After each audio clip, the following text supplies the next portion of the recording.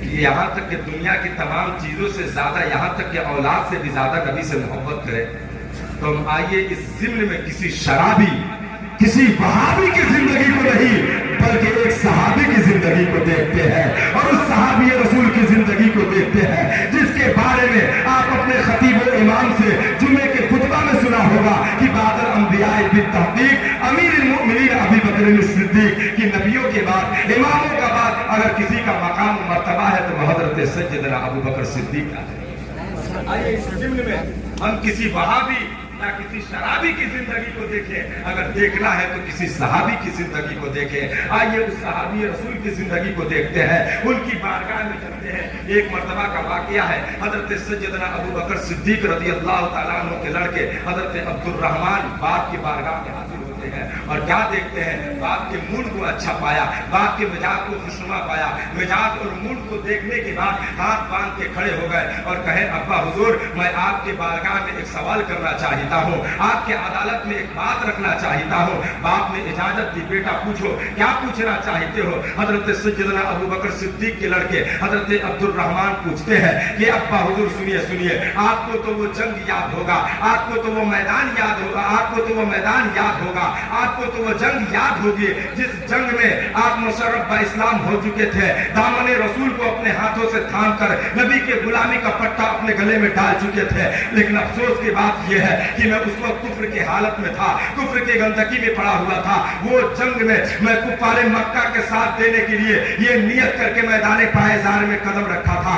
لیکن آپ اللہ کے رسول جناب محمد رسول اللہ صلی اللہ تعالی علیہ وسلم کی دین کی مدد کے نیت سے لے کر کے آپ اس جنگ میں شامل ہوئے تھے۔ لیکن جب میدان پائزار میں میں نے قدم رکھا تو میں نے کیا دیکھا کہ کچھ دوری پر اللہ کے رسول صلی اللہ علیہ وسلم کے چاہنے والوں کی جماعتیں کھڑی ہے۔ میں اپنے تلوار کو لے کر میدان میں کھڑا ہو گیا اور یہ عزم مصمم کر لیا، یہ پکا ارادہ کر لیا کہ آج اس میدان میں کوئی بھی نبی کا چاہنے والا، نبی کا ماننے والا آئے گا تو میری یہ تلوار اس کے گردن کو الگ کر دے گی اس کے جسم سے۔ میں یہ پکا ارادہ کر کے، ہم یہ عزم مصمم کر کے میدان پائزار میں جیسے ہی قدم رکھا تب تک کہ میں نے کیا دیکھا؟ صحابہ کے جماعت سے اللہ کے رسول کے نام پر کوئی مر مٹنے والا آ رہا ہے، جس کے آنے کا انداز یہ بتا رہی ہے کہ نبی کا چاہنے والا آ رہا ہے، جس کے آنے کی کیفیت یہ ہے کہ اسلام کا شہدائی آ رہا ہے، جس کے آنے کی کیفیت یہ رہی ہے۔ کیفیت دیکھنے کے بعد پتہ یہ چل رہا ہے نبی کے نام پر اپنے جان کو قربان کرنے والا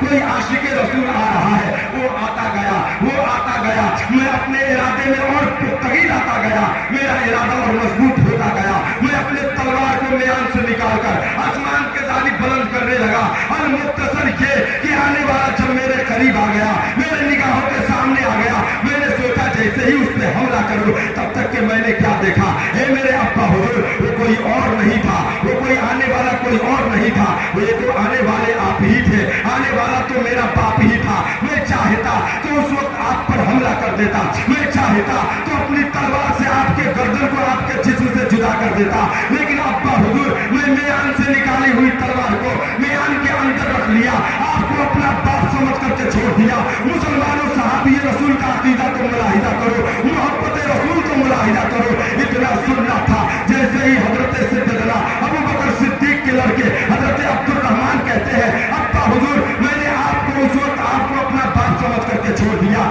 میں چاہتا تو حملہ کر دیتا، میں چاہتا تو وار کر دیتا۔